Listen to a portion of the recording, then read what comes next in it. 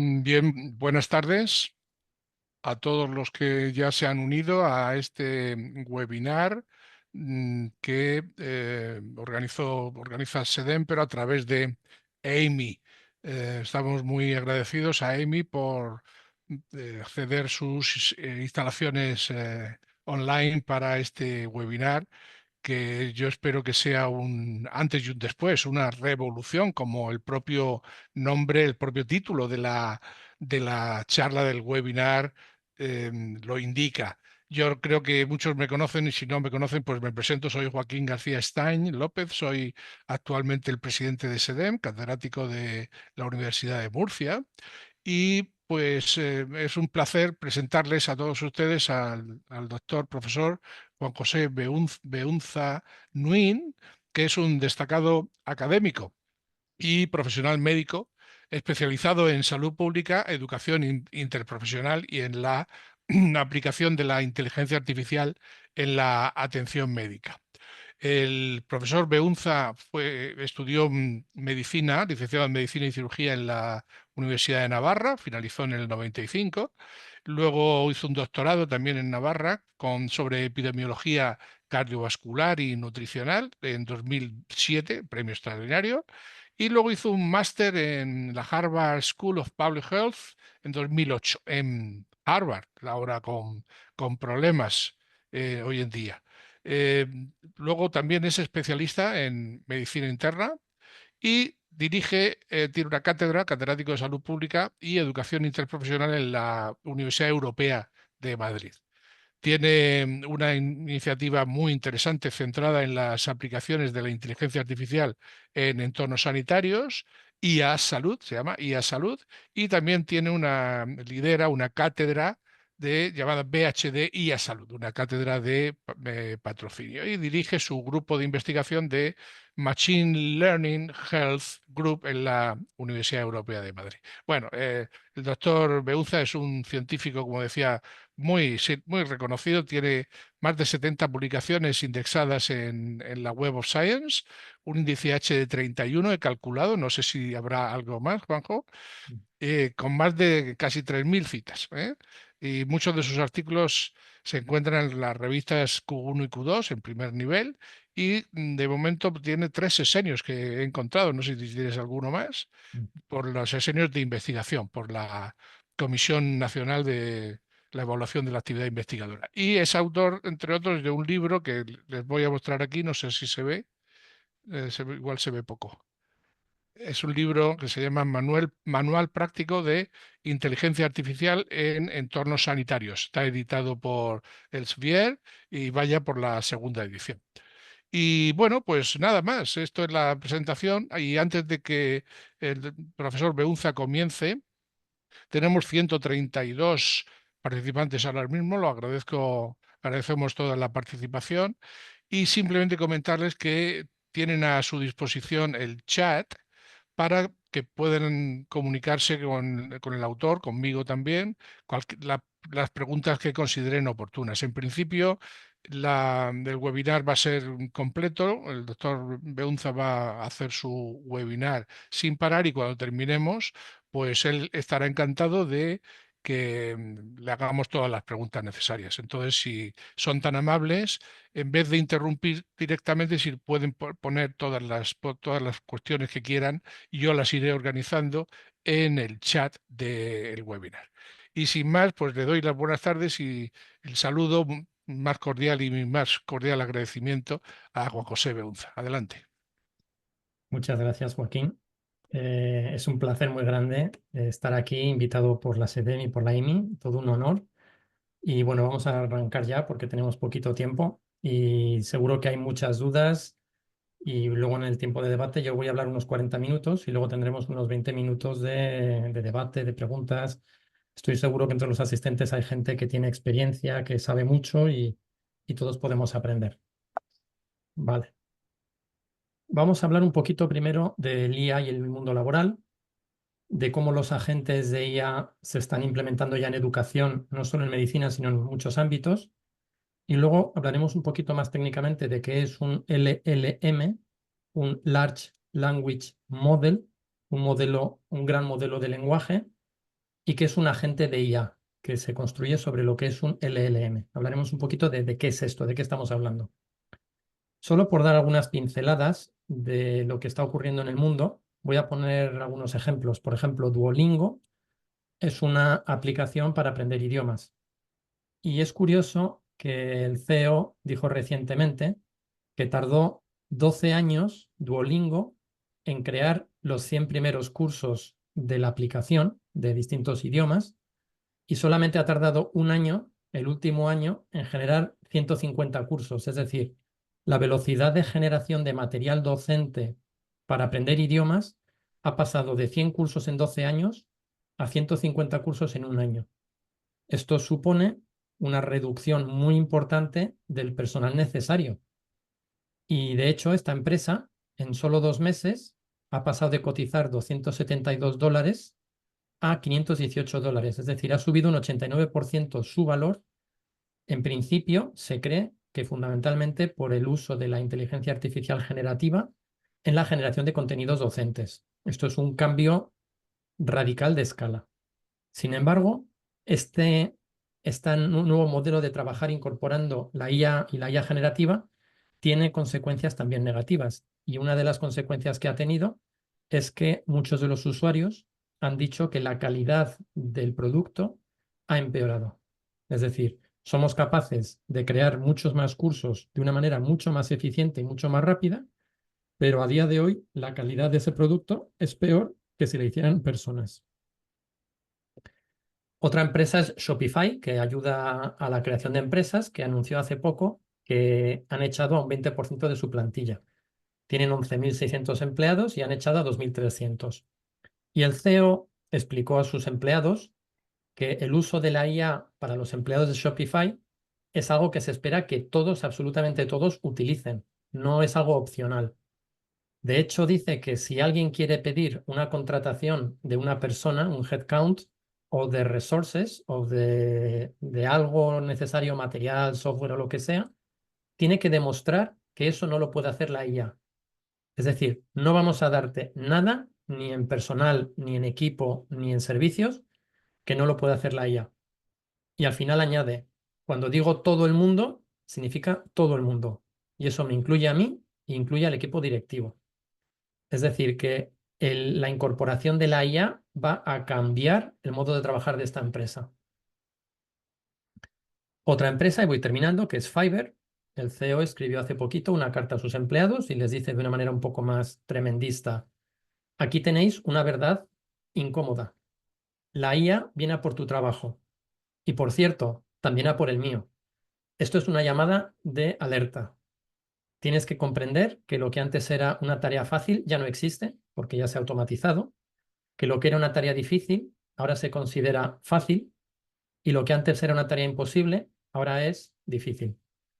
Y que si no eres un experto, un maestro en tu campo, vas a necesitar un cambio profesional en pocos meses. Es decir, solo siendo muy, muy, muy bueno en tu campo, vas a evitar que la IA o una persona que utilice la IA te desplace. Y termina diciendo, y no me refiero a tu trabajo en Fiverr, me refiero a tu trabajo en el mundo laboral en general. Las empresas de las que hemos hablado son empresas generalmente tecnológicas. En el ámbito sanitario luego veremos que es un poquito distinto, pero es un indicativo de hacia dónde vamos. Esto, por ejemplo, es un fondo de inversión noruego donde dice que antes hacer un informe en 16 idiomas de las inversiones del fondo costaba unos días, pero ahora solamente se hace en 10 minutos. Es decir, cuando hace falta manejar grandes volúmenes de información en fuentes variadas, ese trabajo antes lo hacían humanos. Ahora mismo lo va a hacer la IA, porque el modo de enfrentarnos a la información nos va a cambiar en todos los ámbitos. Y esto es un ejemplo de todos los ingenieros informáticos que han sido despedidos en Microsoft, 6.000, en Google 200, PwC 1.500, Salesforce, Meta, Hewlett Packard, Check, IBM, Duolingo, Dell, Klarna. Prácticamente todas las tecnológicas están echando a gente. Sin embargo, hay algunas, por ejemplo, Klarna, que echó a 700 empleados, que al cabo de unos meses reconoció que tuvo que recontratar personas porque la IA no era capaz de hacer exactamente lo mismo que las personas. De manera que muchas de estas empresas han echado a muchos empleados o han dejado de contratar a muchos empleados y luego han tenido que recontratar empleados porque no ha sido lo que esperaban. Por ejemplo, Microsoft es una empresa que en el último año, 2 años, ha subido en su valoración de mercado muchísimo. Y aquí Satya Nadella, que es el CEO, reconoce que en Microsoft entre un 20 y un 30% del código ya lo genera la IA. De manera que muchas labores que se pueden automatizar, que antes hacían personas, ahora han pasado a la IA generativa. Y esto es una fuente de información del número de ingenieros que se contratan o se despiden en Estados Unidos, ingenieros informáticos. Y fijaros que en el año 23 pasó no solo a no contratación, sino a que se echaron muchos ingenieros informáticos, pero en el año 24 ha habido recontrataciones, precisamente porque toda esa IA hay que mantenerla también. Y muchos de esos empleados que han perdido su empleo han sido sustituidos por empleados que se encargan de mantener toda la maquinaria de la IA generativa. En el ámbito sanitario, vemos un ejemplo de por qué esto no está yendo tan rápido como en una empresa tecnológica. MECUA es una aplicación que lanzó el 14 de mayo, hace muy poquito, la Agencia Española del Medicamento, que es la agencia responsable en España de todos los productos sanitarios y de farmacológicos. Y en el 14 de mayo publicó este buscador de información sobre medicamentos de uso humano con la esperanza de que acelerara la investigación y las consultas de una manera muy, muy, muy rápida. Sin embargo, un día más tarde, el día 15 de mayo, cerraron la aplicación temporalmente porque algunos usuarios habían identificado errores muy graves en la información que daba sobre los medicamentos humanos. Por lo tanto, en el ámbito sanitario no podemos permitirnos en general esas alucinaciones o esos errores que la IA generativa, los Large Language Models y los agentes, como veremos ahora, pueden cometer, porque nos estamos jugando la vida de las personas. Y esto implica también en el uso de la IA en la educación médica. Por tanto, la IA generativa es un gigante con los pies de barro, porque una cosa es lo que se promete o lo que puede hacer en algunos ámbitos, pero puede convertirse en un desastre en otros ámbitos. ¿En qué ámbitos es especialmente interesante el desarrollo de agentes de la inteligencia artificial? Primero, en automatización de tareas repetitivas. Tenemos muchas de ellas en el ámbito sanitario clínico. Toma de decisiones complejas, lo mismo.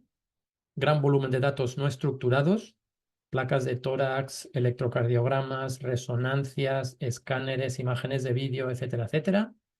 Asistentes virtuales, chatbots para atención de pacientes, para 1000 cosas que podemos utilizar. Y educación personalizada, para educación médica. Es decir, en casi todos los ámbitos, hay más ámbitos que no he puesto aquí, pero en casi todos los ámbitos donde la IA y los agentes de IA parece que son especialmente útiles, en el ámbito sanitario damos de lleno. El gran inconveniente del ámbito sanitario son las alucinaciones, que son los errores en la generación de contenidos que da información errónea, que puede ser de un 5% o de un 30%, dependiendo el modelo, el ámbito.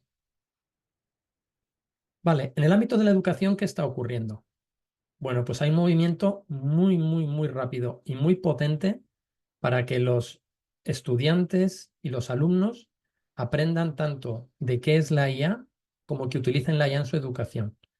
Voy a poner algunos ejemplos. En los Emiratos Árabes, por ejemplo, ya hay un plan que se ha implementado este año para que se enseñe la IA desde el parvulario, kindergarten, hasta la universidad. Y es obligatorio, de manera que todos los estudiantes del país tengan esa formación de manera obligatoria. En China pasa exactamente lo mismo. Desde el 1 de septiembre, después del verano, ya hay un plan donde todos los colegios tienen obligatoriamente que utilizar la IA. En Singapur, lo mismo. En Corea, lo mismo. En Finlandia, lo mismo. Y además Finlandia, no sé si lo sabéis, ha creado un curso para todos sus ciudadanos sobre la inteligencia artificial y es un curso gratuito y lo ha traducido a prácticamente todos los idiomas del planeta. Así que lo podéis hacer vosotros también, porque son iniciativas para que toda la población se vuelva lectora y usuaria de herramientas de inteligencia artificial. En Estados Unidos, Trump acaba de firmar una orden ejecutiva para que ocurra lo mismo en todos los colegios de Estados Unidos. Y os voy a poner un vídeo de un ejemplo de cómo se está utilizando la IA en un colegio de Texas. A school in Texas is turning heads with its bold approach to education. At Alpha School, students spend 2 hours a day learning with AI teachers. The artificial intelligence adapts its lessons to each student, providing one-on-one personalised education. So what happens after those 2 hours are done? Well, the rest of the day is all about real-world skills, from tying shoelaces to learning how to swim and solving 100-piece puzzles. And the results are surprising. Students are scoring in the top 1 to 2% nationally, with the results so strong the model is expanding to states including Florida, California and New York. De manera que en estos centros importa tanto el saber qué es la IA como materia, como el uso de la IA como herramienta docente, sobre todo el uso de agentes, que ahora veremos un poquito qué es. Este es un ejemplo de un agente real y un estudiante que lo está utilizando para que veáis un poquito el tipo de educación personalizada que se puede realizar con estos agentes. Welcome to Synthesis. I'm the tutor. What's your name? Theo. Theo. Am I saying it right? And how about my spelling? Amazing. Excellent. Theo, we are going to learn math like you've never learned it before.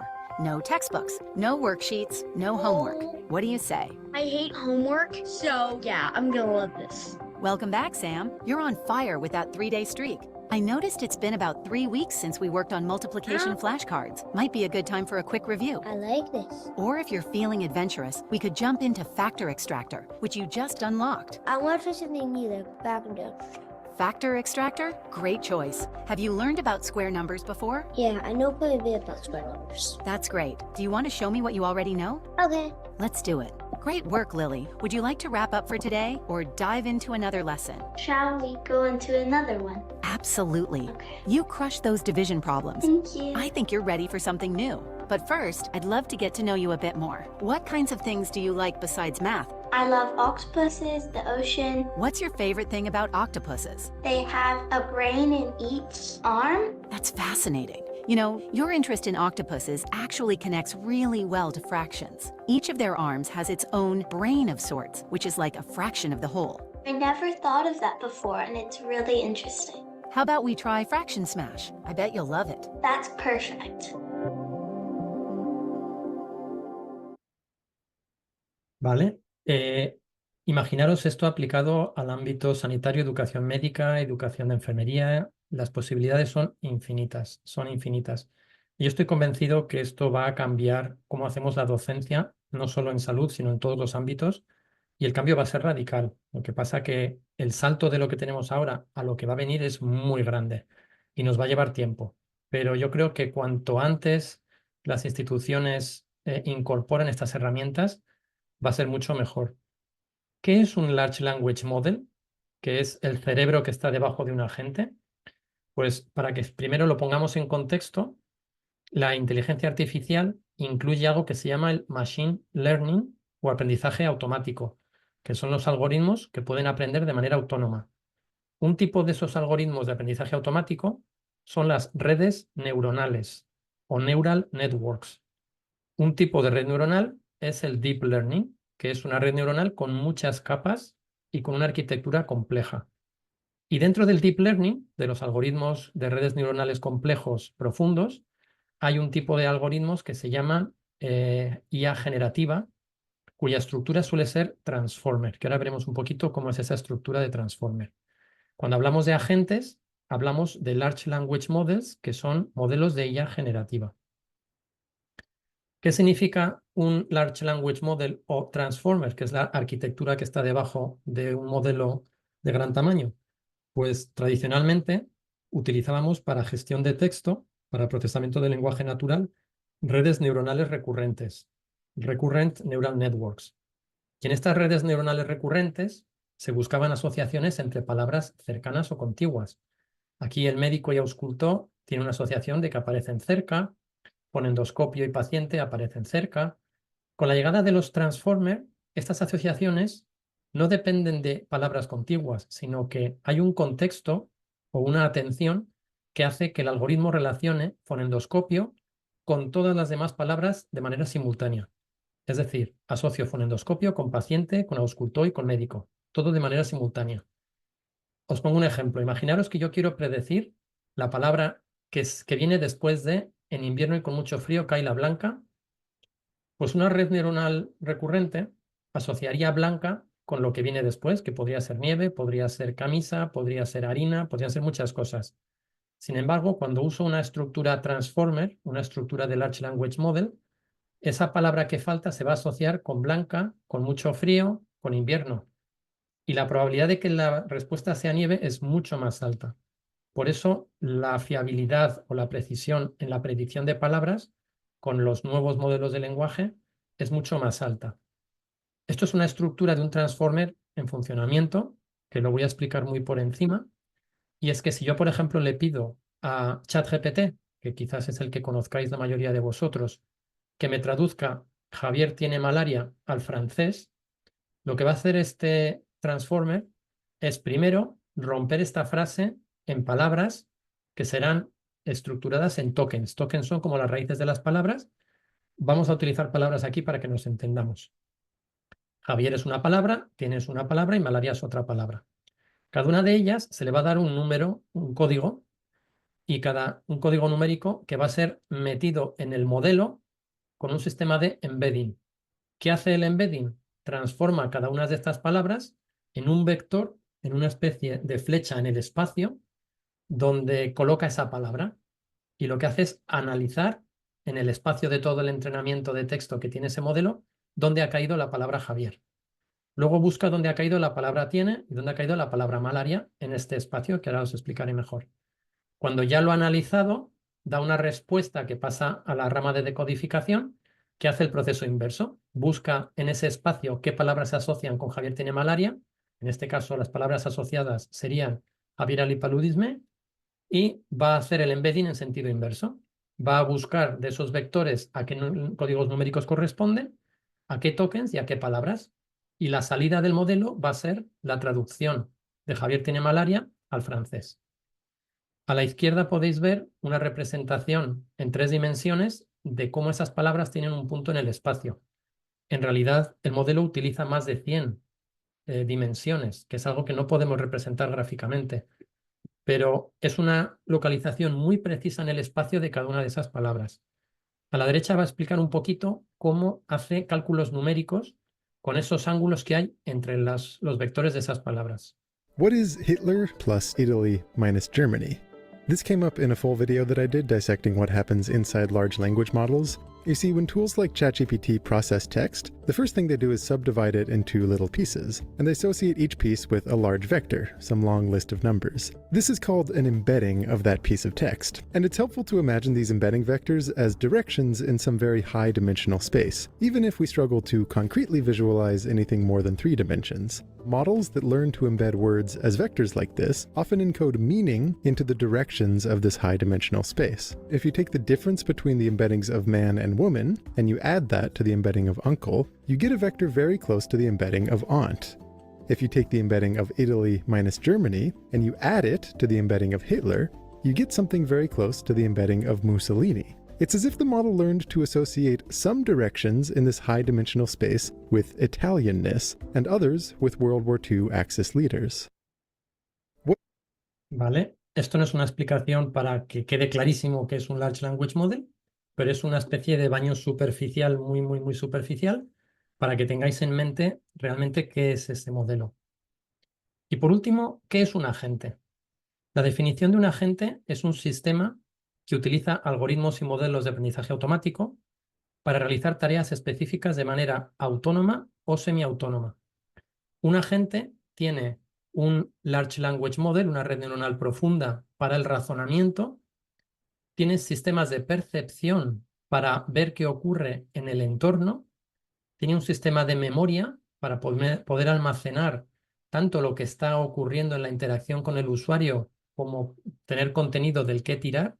Y por último, que es lo que más es propio de un agente, tiene un sistema de acción. Vamos a explicarlo esto un poquito mejor. A la derecha tenemos a nuestro agente. Nuestro agente tiene sensores y sistemas de percepción que nos permiten saber qué está pasando alrededor. Por ejemplo, en un paciente, un sensor puede ser sensores de presión arterial y de frecuencia cardíaca, que este agente pueda estar viendo en tiempo real y sabiendo lo que está pasando. Por otro lado, tiene un Large Language Model, un modelo de IA generativa, que le permite procesar esto que está percibiendo y lo que le esté indicando en el prompt o en las indicaciones el usuario. Y luego tiene brazos y piernas, que son los actuadores, que le permiten, por ejemplo, modificar la perfusión del vasoconstrictor que está recibiéndolo de manera endovenosa. Entonces, un agente tiene capacidad de recibir información, capacidad de almacenar la información en memoria y capacidad de actuar. Percibe, procesa, toma decisiones después de ejecutar el LLM y toma acciones. Los agentes pueden ser únicos, un usuario que utiliza un agente con una memoria y unas herramientas para actuar. O podemos tener agentes, arquitecturas multiagente, es decir, que el usuario contacta con un agente que a su vez puede contactar con 2, 3, 10, 15 o 20 agentes distintos, cada uno con su propia memoria y cada uno con sus herramientas propias. Por ejemplo, traduce hello al español, francés e italiano. El cerebro central busca a un modelo especializado en español y le pide que lo traduzca al español. Otro agente lo va a traducir al francés y otro agente lo va a traducir al italiano.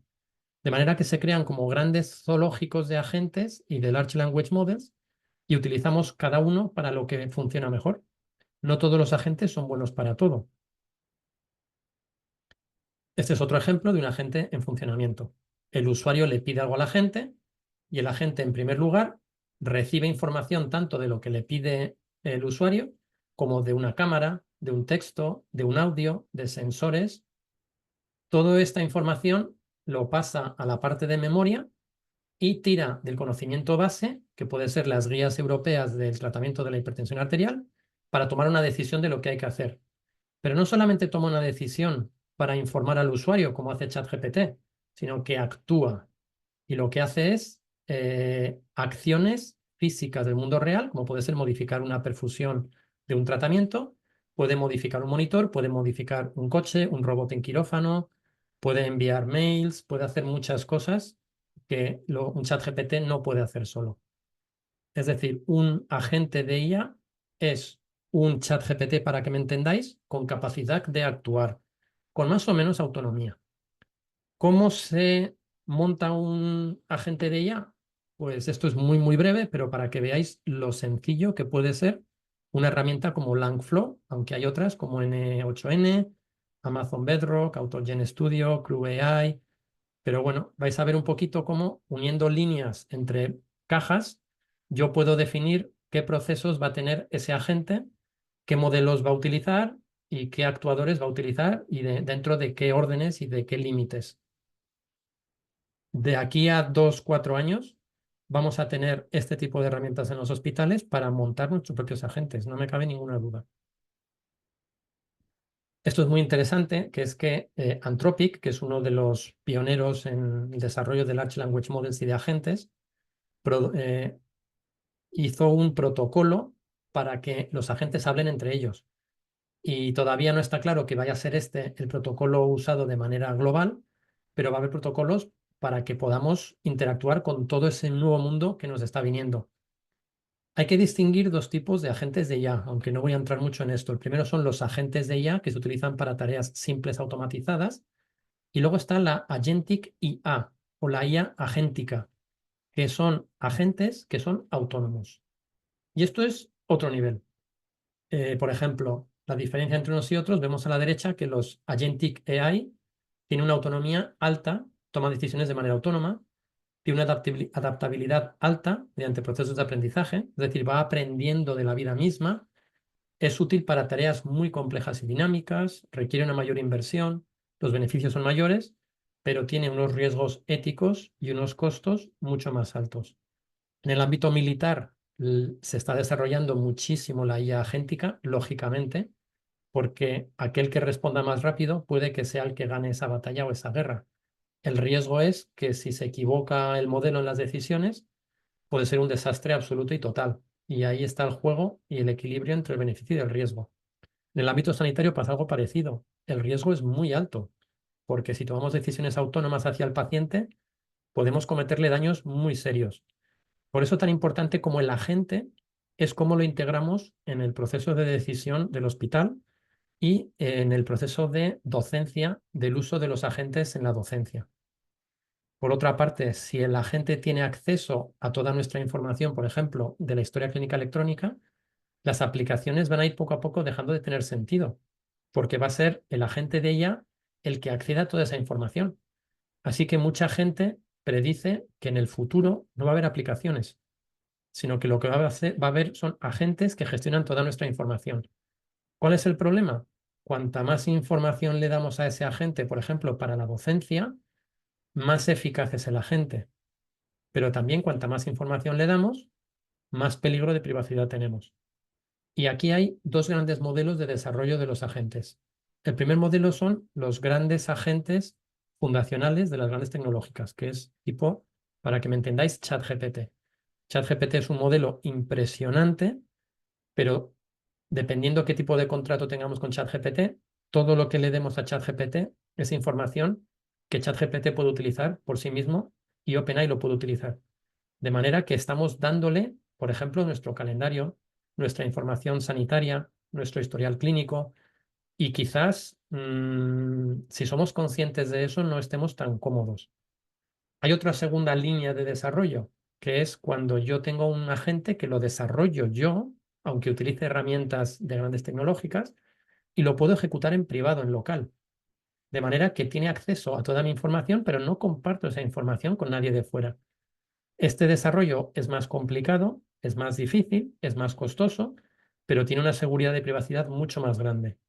Por eso yo creo que la aplicación de agentes en el ámbito sanitario y en la educación va a ser un poquito más lento que en otros ámbitos, como el de la programación, pero creo que eso es bueno. Creo que esa prudencia es buena para asegurarnos siempre de que el uso de los datos nuestros y de nuestros pacientes tiene una privacidad suficientemente segura. Os he hecho dos ejemplos, que los he hecho con voces de Internet, grabadas de Internet, sobre cómo me imagino yo una consulta utilizando un agente y un trabajo de un radiólogo utilizando un agente. Es una propuesta totalmente imaginaria, pero veréis que es muy realista. Y yo creo que esto va a ser realidad dentro de muy poquito tiempo. Hazme un resumen de mi plan de trabajo de hoy.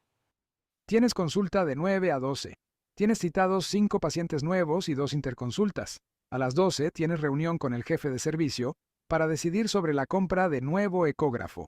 A las 2 tienes comida con el comercial de Siemens. Revisa mis mensajes. Han respondido de la revista Plus One, aceptando el artículo de la HTA con cambios pequeños. Te ha escrito un WhatsApp el paciente citado a las 9. Nada más relevante. Hazme un resumen de la razón de consulta del paciente de las 9 y de sus antecedentes relacionados con ese problema. Varón de 50 años, sospecha de cirrosis alcohólica por elevación de GPT 150 y GEOT 120 en analítica rutinaria del 4 de febrero del 2025. Bebedor habitual desde hace más de 20 años, de una cantidad indefinida. Ninguna otra alteración en analítica hepática, 1995, 1999, 2005 y 2020. Negativo a virus de la hepatitis, A, B y C, y citomegalovirus en 2020. Realiza una propuesta de analítica y pruebas de imagen para él, bajo sospecha de hepatitis aguda sobre cirrosis hepática, siguiendo mi protocolo. Envíame una propuesta para revisarlo, incluyendo los comentarios de la solicitud de todas las citas y pruebas. Ahí lo tienes. El paciente viene de lejos, La Coruña. ¿Quieres que haga coincidir todas las pruebas en un solo día para evitarle desplazamientos, 15 de junio? ¿O prefieres que lo cite antes en 3 días distintos, 1 a 3 de junio?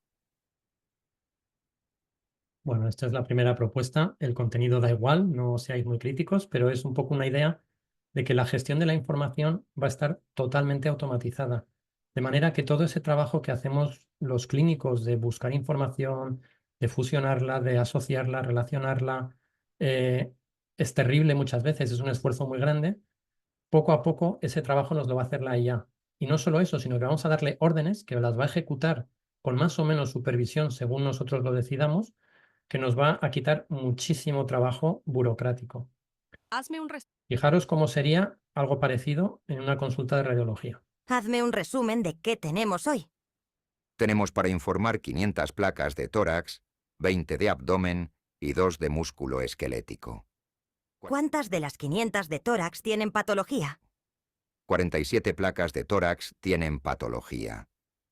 Pónmelas en orden descendente de gravedad. ¿Alguna urgente o potencialmente grave? Hay una placa con neumotórax, grado 2. ¿Quieres verla? Sí. ¿Está el paciente ingresado? Sí. Además tiene fractura de cuarta costilla derecha. Lo veo. ¿Ya diagnosticado en su historia clínica o notas de enfermería? No. ¿En qué planta está? ¿Tiene saturación de oxígeno de planta? Dame el informe para revisar. Planta de urología por una infección de orina complicada. Su saturación de oxígeno hace una hora era de 93%. Desde el ingreso hace 2 días, su saturación ha estado entre 90 y 93%. No gasometría disponible. Informe disponible. Eso es bajo. Ponme en contacto con su médico responsable o con el residente de planta de uro y solicita a enfermería una gasometría urgente, pendiente de la aprobación de su médico responsable. Firma el informe y súbelo a la historia clínica electrónica. Al habla el residente de planta. Solicitada gasometría. Firmado y subido el informe. ¿Vale? Conclusión. Los agentes ya están aquí, ya están transformando el ámbito laboral en otros entornos como no el sanitario. Mi opinión es que van a transformar radicalmente la educación médica y la no médica también, pero la médica en particular. Hay una tendencia hacia agentes pluripotenciales que puedan realizar múltiples tareas distintas y hacia arquitecturas multiagente, no a un agente que lo haga todo, sino a un cerebro central que conecte con muchos agentes muy distintos como un zoológico de agentes. El problema de la privacidad es importante y relevante. Al final, estas grandes empresas tecnológicas han invertido muchos millones de dólares en desarrollarlos y su negocio se basa en nuestra información. No nos engañemos, ese modelo de negocio fundamentalmente se basa en la publicidad personalizada. Y por último, la cuestión no es si va a ocurrir, la cuestión es cuándo y cómo. Y podemos ir en la línea de productos comerciales genéricos, ese escalado masivo Blitz Scale, que es el que estamos viendo ahora mismo, o en desarrollos locales a pequeña escala, lo cual implica formar a los médicos, por supuesto, a los clínicos, implica tener equipos multiprofesionales con ingenieros informáticos, ingenieros biomédicos para sensorización, etcétera, etcétera, y significa invertir en ello. Voy a parar aquí la presentación. Sé que me he dejado muchísimas cosas, pero al menos podemos arrancar con un pequeño debate o preguntas o lo que tú, Joaquín, consideres más apropiado. No se oye, Joaquín, ¿estás muteado? Sí, perdón, estaba muteado, estaba en silencio. Muchísimas gracias, Juan José. Fantástico, como siempre, hay un montón de manos que están saliendo por aquí, pero como decía yo antes, por favor, es el momento ahora de que hagamos preguntas a Juan José Beunza y, por favor, usad el chat para todas aquellas cuestiones que queráis. Tenemos muy buena presentación de Marta García, Cristian Grevis, Carlos Goicoechea, te dan las gracias, Fernando Alfajeme. De momento, preguntas no tenemos. Te voy a preguntar yo, mientras viene alguna. Bueno, ya tenemos una. Salvador Pedraza. Es casi la que iba a hacer yo. Salvador Pedraza pregunta cómo implementar IA en la educación médica. Vale, muchas gracias, Salvador. Pues para mí el modo de implementación, desde mi punto de vista, es, en primer lugar, crear estructuras técnicas de apoyo y desarrollo, que pueden ser en un hospital o pueden ser en una universidad, que ayuden a esos clínicos a desarrollar esos contenidos y ese modo de enseñanza. Es decir, sin ese apoyo técnico, por mucho que los clínicos estudien o hagan cursos, están demasiado lejos. Entonces necesitamos esas estructuras que ayuden a implementar los agentes en ese entorno de educación médica. Y una vez que tengamos esa estructura en marcha, hay que definir qué contenidos queremos enseñar, el modo en el que lo queremos enseñar y qué riesgo de error estamos dispuestos a asumir. Y eso es una decisión tanto del docente como del técnico. Entonces, elegir qué modelo de lenguaje vamos a utilizar, qué Large Language Model vamos a seleccionar, es muy importante porque hay modelos que funcionan muy bien en algunos idiomas y en otros idiomas no funcionan tan bien porque tienen que hacer traducciones. Hay modelos que funcionan bien con medicina general, pero que no funcionan bien con neurocirugía, porque no han sido entrenados en textos clínicos de neurocirugía. Hay modelos que funcionan muy bien con textos de investigación, porque tienen todo el PubMed metido entero, pero no tienen historias clínicas. El lenguaje de una historia clínica es distinto al lenguaje de una publicación de investigación. Entonces, hay muchas decisiones que tomar y son decisiones que combinan lo que quiero enseñar de contenido con la herramienta con la que lo quiero enseñar. Y yo creo que esos agentes de docencia personalizada, como el que habéis visto en el vídeo, van a estar utilizados en las universidades de manera masiva de aquí a 5 o 10 años. Creo que toda universidad va a dar parte de su docencia con agentes. Igual no toda la materia es enseñable. Hay materia que igual es mucho más delicada, que es mejor que la enseñe un humano, pero hay materia como puede ser una estadística, que es muy mecánica, donde igual toda la estadística la puede enseñar perfectamente un agente y lo va a enseñar más rápido, más personalizado y más amigable que una persona. No sé si te he contestado. Sí, sobre ese punto alguien hablaba también en el posgrado o en la residencia, ¿no? Pero probablemente es muy parecido, ¿no? También se habla de los problemas éticos que tú has comentado, ¿no? No solo para los estudiantes, por ejemplo, la educación médica o los residentes, pero para los pacientes, ¿verdad? Hay que llevar muchísimo cuidado con toda la información que se comparte, ¿verdad? Mm, a este respecto te quería yo preguntar, es interesante que usemos sistemas en local, me refiero en nuestros ordenadores local para no compartir información hacia el exterior, o no hay ninguna IA generativa o ningún agente que impida que esa información sea compartida hacia afuera, hacia el exterior. Hay muchos agentes que pueden utilizarse en local. De hecho, la mayor parte de las empresas utilizan el sistema de arquitectura multiagente y cuando la información y la pregunta que se le hace al agente no es sensible, utilizan a veces modelos externos donde no importa la privacidad. Pero si utilizas información muy sensible de la empresa, en este caso de los pacientes, lo que hace ese agente central es tirar de un agente local para evitar que esa información salga hacia afuera. Hay una pregunta en Preguntas y Respuestas de Álvaro Margolis que pregunta exactamente esto, ¿no? ¿Qué ocurre cuando las personas... Perdón, me he confundido de pregunta. Voy a acabar de responder a esta. Sí, Es decir, que el tener un sistema multiagente nos permite tener arquitecturas en la nube y arquitecturas en local. Y en la nube podemos tener arquitecturas muy privadas y arquitecturas nada privadas. Y al final todo depende de lo que estemos dispuestos a pagar. Por ejemplo, ChatGPT. ChatGPT puede ser muy privado. Si yo lo contrato a través de, por ejemplo, Microsoft de la nube directamente, yo puedo tener dentro de lo que una empresa normativamente cumple como privado, digámoslo así, de la normativa europea, y ese servicio es en principio privado, según la normativa. Si yo utilizo ChatGPT versión gratuita en la página web de OpenAI, no hay ninguna privacidad, cero privacidad, porque yo estoy pagando ese servicio de alto coste con mis datos y mi uso. Y eso le permite a OpenAI mejorar su modelo.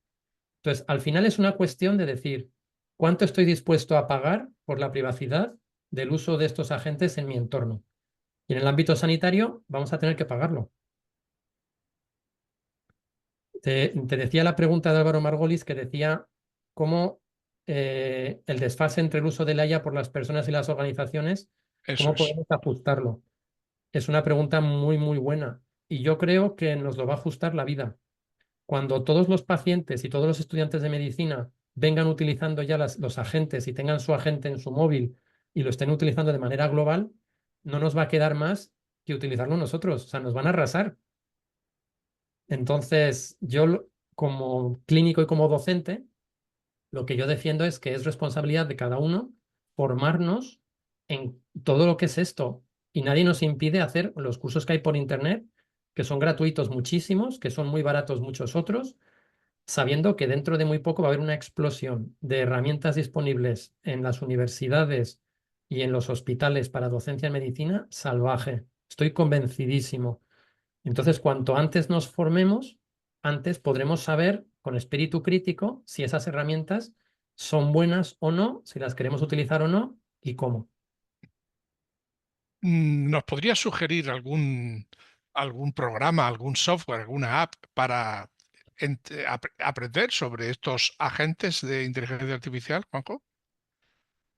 Ahora mismo yo no conozco ningún curso. Si tengo que recomendar algo, sin duda recomiendo cualquier curso que dé Andrew Ng. Lo escribo aquí en el Sí, chat. sí, lo conozco, sí. No, Andrew bueno, Ng, más que curso me refería a si ya hay una app eh, hay con la que montones. jugar, ¿no? Porque se trataría de jugar y ver un poquito lo que se puede hacer, que A ver, muchos de nosotros probablemente no sabemos el alcance de lo que podríamos hacer. ChatGPT, Anthropic, Cloud, ya ofrecen todos acciones como agentes. Igual no Ujú, un agente completo, pero sí acciones como agentes. Entonces, en cualquiera de estos modelos que todos utilizamos para consultar cosas, hay sí. una pestaña donde podemos hacer que nos recuerde cosas en el calendario, que acceda a información nuestra para procesar información, que acceda a nuestros mails. Ya podemos poco a poco empezar a utilizar aplicaciones como agentes. Nadie nos impide a empezar a jugar ya con todo ello.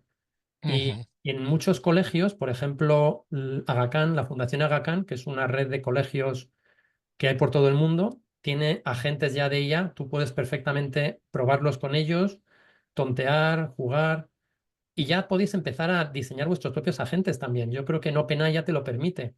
Entonces, ¿por qué no enseñar, por ejemplo, a realizar, no sé, la docencia de la reanimación cardiopulmonar metiendo ya un agente, donde el alumno pueda empezar a hacerle preguntas y el otro le pueda dar respuestas, empezar a meterle documentos RAG sobre de dónde tirar la información de la que nos responde para que no haya alucinaciones? O sea, podemos empezar a jugar y hacer un curso de formación sobre los agentes específicamente, un curso práctico, es lo que nos va a permitir hacerlo con confianza. sí, yo probablemente en simulación sería muy interesante un agente, ¿verdad? En el que con una base de conocimientos adecuada podría estar él solo con el paciente viendo lo que hace y dando feedback en la simulación, que es tan importante, ¿verdad? Y no habría una necesidad de que un profesor estuviera ahí todo el rato delante, de la manera que el estudiante, el residente, quien fuera, podría estar formándose solo con ese agente que le lleva, que le corrige, que le enseña, ¿verdad? Esa podría ser una forma, un agente. O estoy soñando, Juan José. ¿No? Totalmente. Si es que, ¿Estoy soñando? a ver, en educación primaria ya se están utilizando agentes de manera muy exitosa. No tenemos ninguna razón para no estar utilizándolos en la universidad, más que no hemos implementado esas estructuras de apoyo a la generación e implementación de agentes. Y hasta que no tengamos a esos 3 informáticos contratados para ayudarnos a desarrollar los agentes, esto no va a ocurrir a corto plazo. Claro. No, al final tenemos que ponernos nosotros mismos a empezar y la universidad tardará, pues vete a saber cuánto tiempo en empezar a plantearse y empezarán por la ética, ¿no? Por los problemas éticos. Pongo un ejemplo paralelo, como son los servicios de informática de las universidades o de los hospitales. Tú no puedes tener un hospital sin un servicio de informática. Claro. Es imposible. Y igual tienes 20 informáticos contratados y nadie dice que eso es mucho porque los necesitas, pues hace falta tener ese equipo de apoyo para el desarrollo Para de la IA. agentes. Y eso Totalmente. dentro de 5 o 10 años va a ser obligatorio, no me cabe ninguna duda. Totalmente. Totalmente. Muy bien. Bueno, pues tenemos aquí muchas cosas. Hay alguna cosa sobre los prompts que a lo mejor queda un poquito fuera. Yo he oído que algunos dicen ya que lo de los prompts, eso ya hay que olvidarlo, la ingeniería de prompts, que realmente la IA generativa sabe perfectamente cómo hacer los prompts sin necesidad de tener que hacer ingeniería de prompts. ¿Qué opinas tú de eso, Juan José? No sé lo que va a hacer el futuro. A día de hoy, el prompt es importante porque la respuesta que obtienes depende del tipo de prompt que haces. Y como uno de los problemas en el ámbito sanitario es las alucinaciones y los errores, porque si yo a un médico le enseño cómo se trata, por ejemplo, una crisis anafiláctica y hay un error en el modelo y le da una respuesta errónea, y ese estudiante cuando es médico lo ejecuta y lo implementa, ese paciente puede sufrir una iatrogenia grave severa.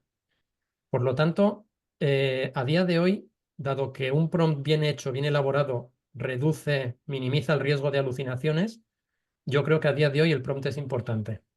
Generalmente aprendemos mediante prueba-error.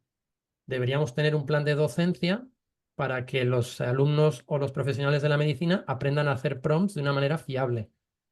En un futuro, si los modelos, es que los modelos cambian cada semana, por lo tanto, lo que va a ocurrir de aquí a un año es difícil saberlo.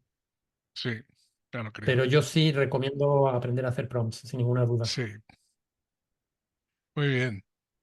Bueno, estamos por aquí parados en las preguntas. Llevamos casi 55 minutos. Andrew NG, ¿no? Era el que decía, había puesto yo aquí, Tiene Andrew varios NG, cursos ¿no? en Coursera tiene varios cursos de Large Coursera, Language sí, Model. sí. Voy mirando. En Y YouTube yo creo que también me todo suena lo que tiene. Sí, todo lo que hace Andrew Ng en cuanto a docencia de IA generativa y de Machine Learning es increíblemente maravilloso. Es muy potente, es profundo, pero si queréis hacer un cambio radical en vuestro conocimiento, os recomiendo Andrew Ng. hay que estudiar. Hay que estudiar. Está claro, está claro.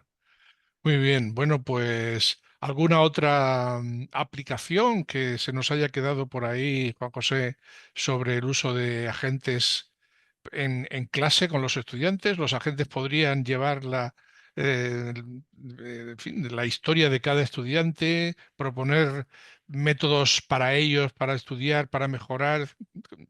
No Es sé, decir, un agente puede tener información de todo nuestro conocimiento, porque nos puede pasar test, analizarlos en tiempo real y saber dónde fallamos más, dónde fallamos menos. Puede saber de qué manera aprendemos mejor, si es de manera visual, de manera auditiva, de manera gráfica, de manera esquemática, y darnos todo el contenido adaptado a nuestro modo de aprendizaje. Por otra parte, si sabe cuándo son los exámenes o las pruebas de evaluación, nos puede preparar de manera personalizada con un sistema de aprendizaje progresivo que nos puede ayudar muchísimo.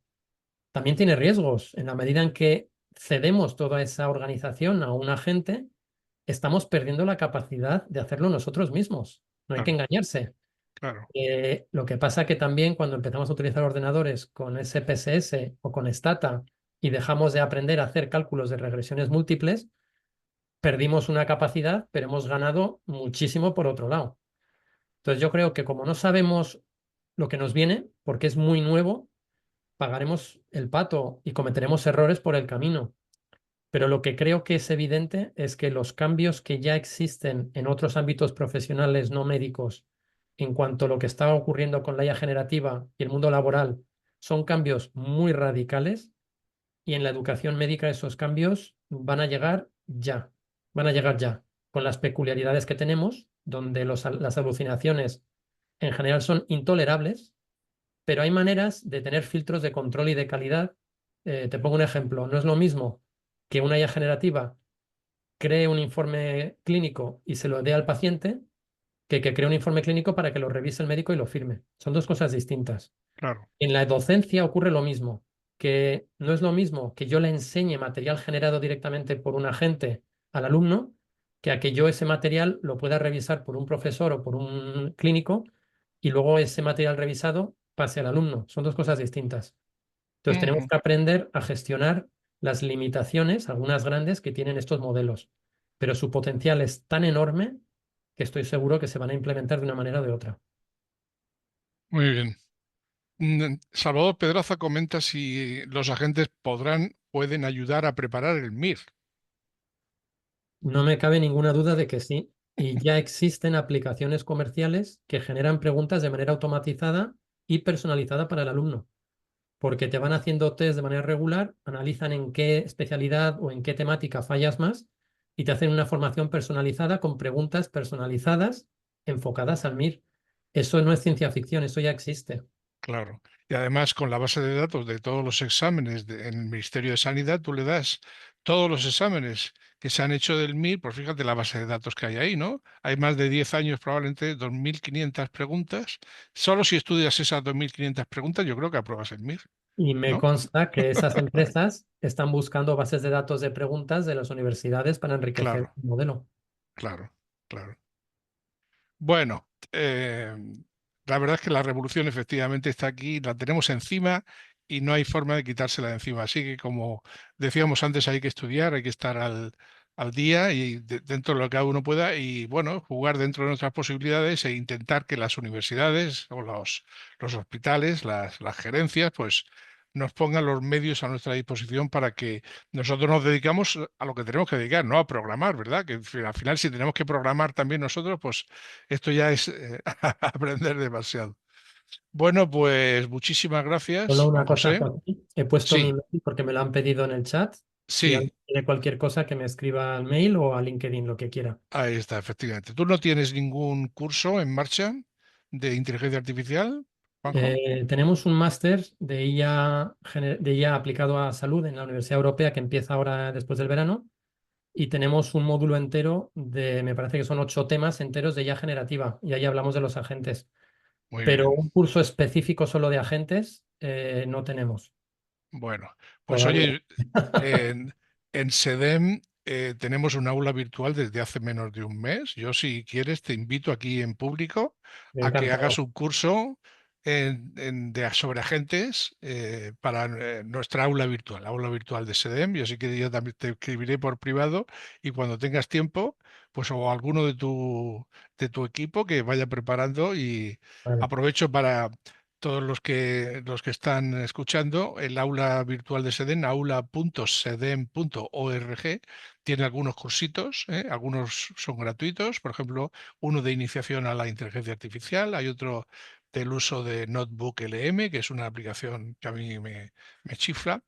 Bueno, iremos poco a poco. Y si Juan José Beunza se atreve, pues bueno, se atreve, tiene tiempo, atreverse seguro que se atreve. Y tiene tiempo, pues dentro de poco tendremos uno de agentes en nuestra aula virtual. Bueno, pues muchísimas gracias. Gracias a todos los asistentes. Yo creo que hemos tenido una buena asistencia. 138 ha sido el momento de máxima asistencia. Así que tengan una buena tarde, que disfrutes de la tarde, el resto de la tarde, Juan José. Un abrazo. gracias. Hasta luego. Hasta luego.